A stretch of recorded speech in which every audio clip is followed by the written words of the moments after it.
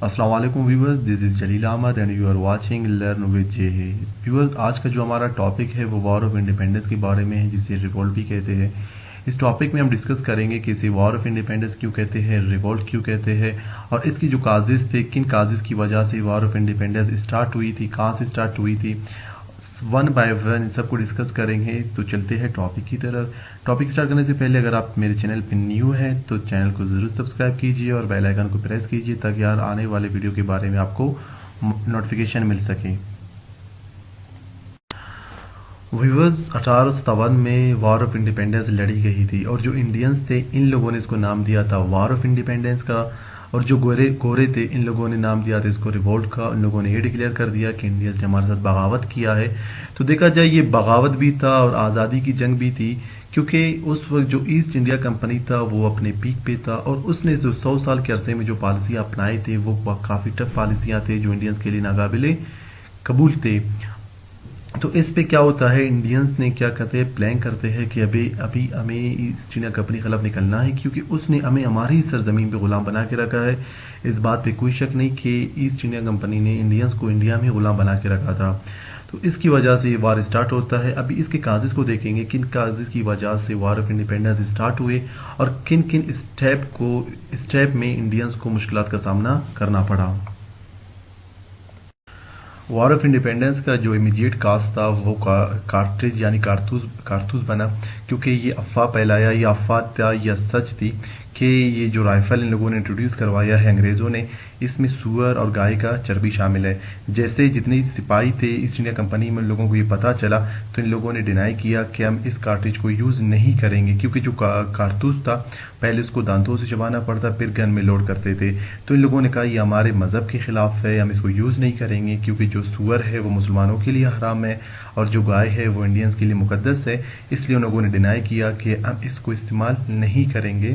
تو اس لیے جو انڈینز کا جو پلان تھا کہ ہم اس وار کو 31 مئی 1857 کو اسٹارٹ کریں گے، لیکن کارٹریج ایشو کی وجہ سے ان لوگوں کا وار 10 مئی 1857 کو اسٹارٹ ہوا۔ اب چلتے ہیں نیکسٹ کازز کی طرف سے۔ نیکسٹ کازز کیا تھے وار کے؟ اب نیکسٹ پہ ہے ہمارے ساتھ ریلیجیس اینڈ سوشل کازز۔ انگریز انڈیا آئے بھی تھے 3G کے لیے، یعنی گاڈ، گلوری اینڈ گولڈ کے لیے۔ تو ان لوگوں نے کیا کیا، بڑے پیمانے پہ عیسائیت کی پریچنگ اسٹارٹ کر دی، اسکولز اسٹیبلش کر دیے تھے، کرسچن مشنریز اسٹارٹ کر دیے تھے، اور ایک پالیسی کے تحت ان لوگوں نے کافی ایریاز میں فیمن کو انٹروڈیوس کروایا۔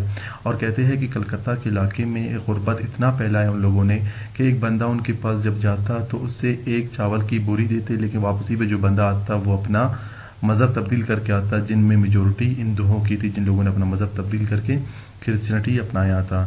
اور سوشل حوالے سے کیا ان لوگوں نے کیا کیا کہ انڈینز کی کوئی رسپیکٹ نہیں تھی، ان کو ڈیگریڈ کیا جاتا تھا۔ ایون جتنے بھی کلب تھے انڈیا کے، ان لوگوں نے انڈینز کے آنے پہ پابندی لگایا تھا، اور کلبس کے باہر ان لوگوں نے لکھا تھا کہ Indians and dogs are not allowed.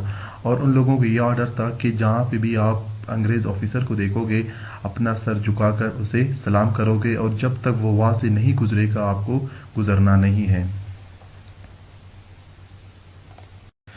اب نیکسٹ پہ ہے ہمارے ساتھ political cause. British East India company نے بائی فورس انڈیا پہ قبضہ کیا ہوا تھا، اور جتنے بھی انڈیا کے رولرز تھے، نواب تھے، ان کو ڈیگریڈ کیا تھا، ان کی کوئی رسپیکٹ نہیں تھی، ان سے ٹیکس وصول کرتا تھا اور ان کو ریپلیس کیا تھا۔ ان کو اتنا ڈیگریڈ کیا تھا کہ جو انڈیا کے رولرز تھے ان کی کوئی رسپیکٹ نہیں تھی اپنے عوام کے سامنے۔ اور پولیٹیکلی اس نے اپنا ایجوکیشن سسٹم انٹروڈیوس کیا تھا، ایسٹ انڈیا کمپنی نے جوڈیشری سسٹم اپنا انٹروڈیوس کیا تھا۔ مطلب انڈیا کے جتنے بھی سسٹم تھے ان لوگوں نے پولیٹیکلی کیا کیا تھا، چینج کیا تھا، اپنا جتنا بھی اپنا سسٹم تھا ان لوگوں کا وہ انٹروڈیوس کیا تھا انڈیا میں۔ تو اس لیے یہ انڈینز کو قابل قبول نہیں تھا، وہ اس کے خلاف نکلے، ان لوگوں نے بغاوت کی۔ اب نیکسٹ پہ ہمارے ساتھ اکانومک کاز، جو کہ one of the main cause تھا، کیونکہ اس وقت جو انڈیا تھی اس کو سونے کی چڑیا کہا جاتا تھا، اور اس کا جو GDP تھا وہ بہت ہی زیادہ تھا۔ اصل میں جو ایسٹ انڈیا کمپنی تھی شروع میں آئی بھی تھی انڈیا تجارت کے غرض سے، تو ان لوگوں نے بعد میں جو ڈیوائڈ اینڈ رول کا پالیسی اپنایا، ایک کو ہٹا کے دوسرے کو بٹھایا، تو بعد میں تھا، لیکن اصل میں آئے تھے ٹریڈ کے لیے۔ تو ان لوگوں نے کیا کیا، کافی پالیسیوں کے تحت ان جو اکانومک سسٹم تھا انڈیا کے اس کو ڈسٹروائے کر دیا۔ ان لوگوں نے کافی ٹیکسز لگائے، اور اسپیشلی جو انڈسٹری تھا انڈیا کا ان لوگوں نے کیا کیا، اس کو ڈسٹروائے کر دیا، کیونکہ اس وقت یورپ میں کیا چل رہا تھا، انڈسٹریل ریولوشن چل رہا تھا۔ ان لوگوں کو